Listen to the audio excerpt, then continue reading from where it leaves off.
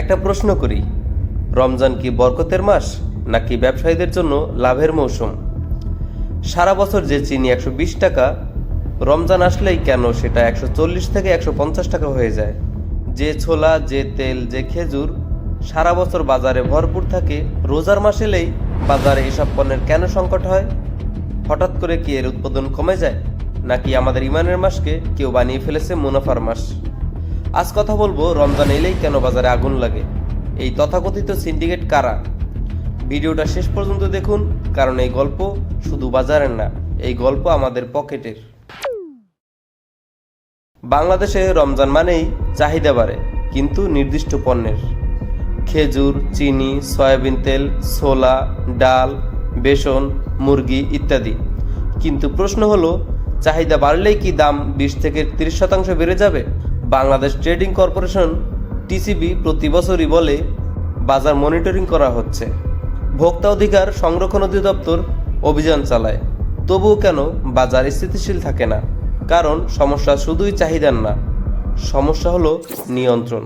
Syndicate মানে কি? ধরুন 5 থেকে 6 জন বড় আমদানিকারক ও পাইকার মিলে ঠিক করলো এইবার রমজানের তেলের দাম বাড়ানো হবে। তারা বাজারে সরবরাহ কমিয়ে দিল, গুদামে পণ্য রেখে দিল। ফলাফল, বাজারে কৃত্রিম সংকট।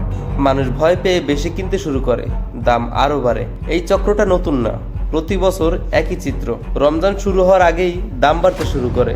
বাংলাদেশ পরিসংখ্যান ব্যুরোর তথ্য বলছে মুদ্রাস্ফীতি বাড়ছে, কিন্তু প্রশ্ন হলো, মুদ্রাস্ফীতি বাড়লে কি শুধু রমজানেই বাড়ে?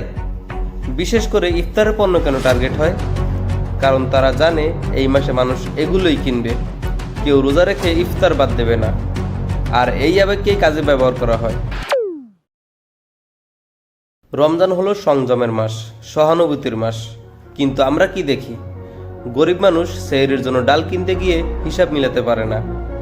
একজন ব্যবসায়ী যদি এই মাসে অতিরিক্ত লাভের জন্য কৃত্রিম সংকট তৈরি করে, এটা কি শুধু আইন ভঙ্গ নাকি এটা নৈতিক অপরাধ?